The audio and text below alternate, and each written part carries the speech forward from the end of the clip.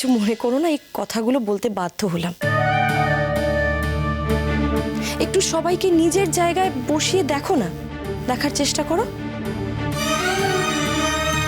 বড় মা, ওরা আমার শ্বশুর বাড়ির লোক, আর কদিন পর আমি ওদের বাড়ির বউ হয়ে যাব, তাই ওদেরকে এভাবে তুমি আর অপমান করতে পারো না, বুঝলে?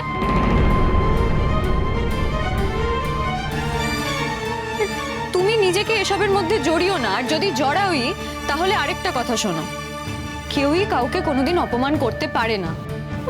মানুষ তো সবাই সমান, কারুর কাছে টাকা আছে, ক্ষমতা আছে, তাই তাকে মাথায় তুলে রাখবো, আর কারুর কাছে টাকা পয়সা ক্ষমতা কোনোটাই নেই, তাই তাকে মাটিতে ফেলে পিষবো। এটা কিন্তু মানুষের কাজ নয় বড় মা।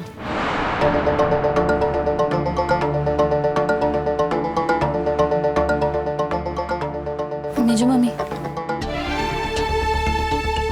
তোকে এবারে তো সাপোর্ট করার এত রকম লোক আছে না ফুলঝুরি, তোর ভুলগুলো আর কেউ তোকে চোখে আঙুল দিয়ে দেখিয়ে দেন। প্লেটটায় নোংরা পড়ে আছে, দেখতে পারিসনি না? কাজে মন থাকলে তো দেখবে মা।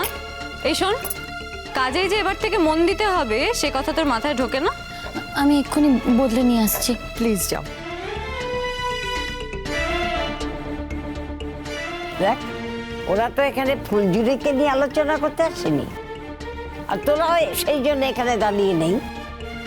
তোরা বিয়ের দিন ঠিক করবি, সেসব কথা বল। এত কথা বলার কি আছে?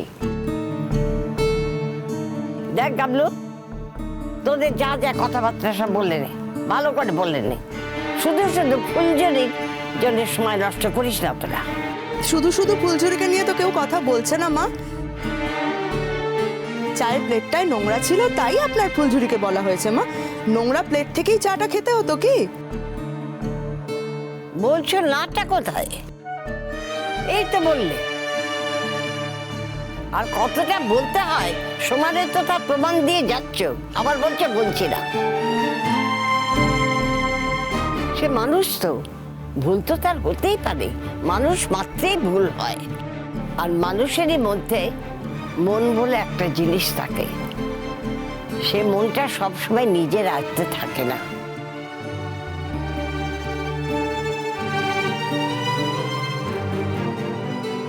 যাকে তোমাদের আর কোনো কথা আছে? আমি এবার উঠবো, আমার ঠাকুর পুজো বাকি আছে। হ্যাঁ হ্যাঁ ঠিক আছে, আর তো কিছু বলার নেই। ওই তো 15 তারিখ বিয়ের তারিখ ঠিক হয়ে গেল। আমরা আমাদের মেয়েকে যা যা দেবার দেবো, ফ্ল্যাটটা ভালো করে সাজিয়ে দেবো, আর যা যা দেবার দেবো। এবার আপনাদের যদি আর কিছু বলার থাকে বলুন। আগে না, আমাদের আর কি বলার থাকতে পারে? এখন ভালো ভালো সবকিছু হয়ে যাক, এই যা। বলছিলাম চড়ুই, আমার তোমার জন্য কিছু জামা কাপড় কেনার আছে। তুমি যদি তোমার পছন্দের রংটা একটু বলো।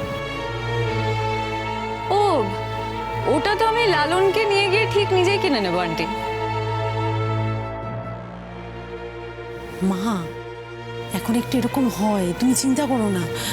সে না হয় ওদের সঙ্গে আমি চলে যাব। হ্যাঁ হ্যাঁ, ওই প্রোগ্রামটা হয়ে যাক তারপর। জামা কাপড় কিনতে আর কতক্ষণই লাগবে? বলছি, আপনাদের তো বিয়েতে সোনার গয়না দেওয়ার মতন সামর্থ্য নেই, মানে আমরা সেটা জানি, আমরা কোনো রকম চাপ দিচ্ছি না। আমি যেটা করব, আপনাদের তরফ থেকে আপনারা যে গয়নাটা আমার মেয়েকে দেবেন সেটা আমি আপনাদেরকে দিয়ে আসবো, সেটা আপনারা চড়ুইকে দিয়ে দেবেন বিয়েতে। হ্যাঁ না,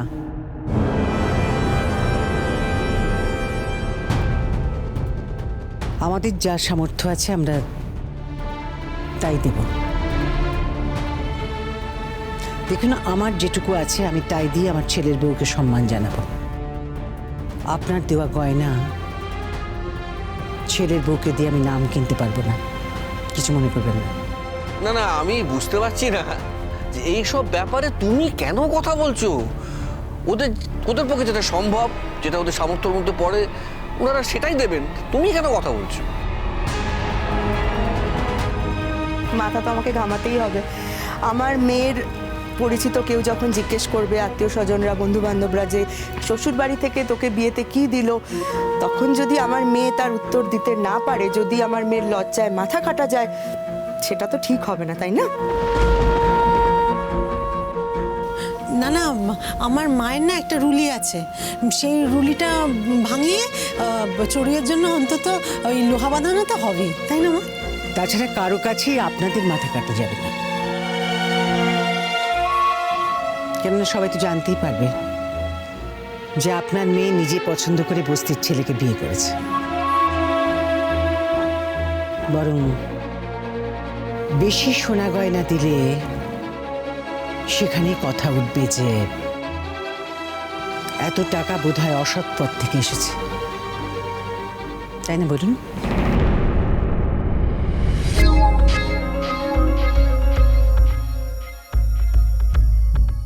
তাহলে আজকে আমরা ঘুরছি। বালাই ষাট, এখনই চলে যাবেন কি? একটু মিষ্টি মুখ করে যান, এত আনন্দের খবর। আসুন, এসো। দেখুন, ছেলে মেয়েরা বড় হলে বাবা মায়ের হাতে তো আর কিছু থাকে না। তখন দুঃখ বলুন, আনন্দ বলুন, ছেলে মেয়ে বাবা মাকে যা দেবে তাদেরকে তাই মাথা পেতে নিতে হবে। এই তো সংসারের নিয়ম। তা যদি না হতো তাহলে চড়ুইয়ের বাবা মা যে আনন্দ মনে এই বিয়েটা দিচ্ছেন না, সেটা বুঝতে তো আর আমাদের বাকি থাকছে না। কিন্তু কি করব বলুন, হয়তো চড়ুই ভালো মেয়ে, কিন্তু এ কথাও তো ঠিক যে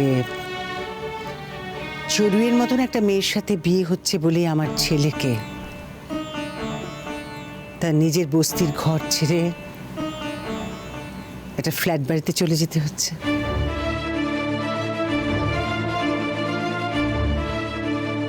এত কষ্ট করে ছেলেকে মানুষ করেছি, ভবিষ্যতের ভরসাই তো ছেলে। কিন্তু কি করা যাবে, এখন শুধু লালন ভালো থাকবে এই আশাটুকু রেখে আমরা তো সব ছেড়ে দিয়েছি। আপনাদের এটা বোধহয় মনে রাখতে হবে। কিছু মনে করো না বৌমা, এইটুকু তো বুঝতে পারছো যে বস্তির মেয়ের সঙ্গে বড়লোকের মেয়ের কিছু তফাৎ থাকে। বড়লোকের মেয়ে বলেই তোমার ছেলেকে বস্তি ছেড়ে চলে যেতে হচ্ছে।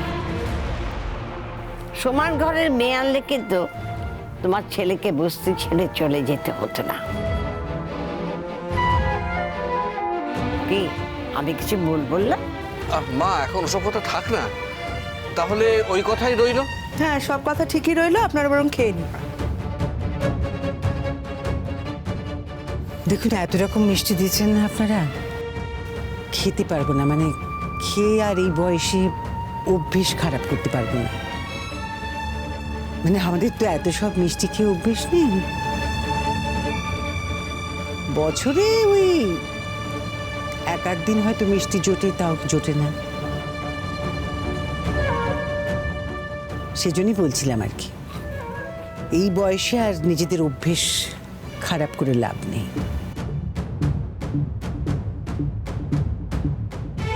তুই যদি কিছু খাস তো খেয়ে নে ডলি, আমাদের এবার যেতে হবে তো। আমি জানি আপনাদের এত দামি মিষ্টি খাওয়ার অভ্যেস নেই, তাও দেওয়া হয়েছে যখন খেয়ে নিন না। বললাম তো,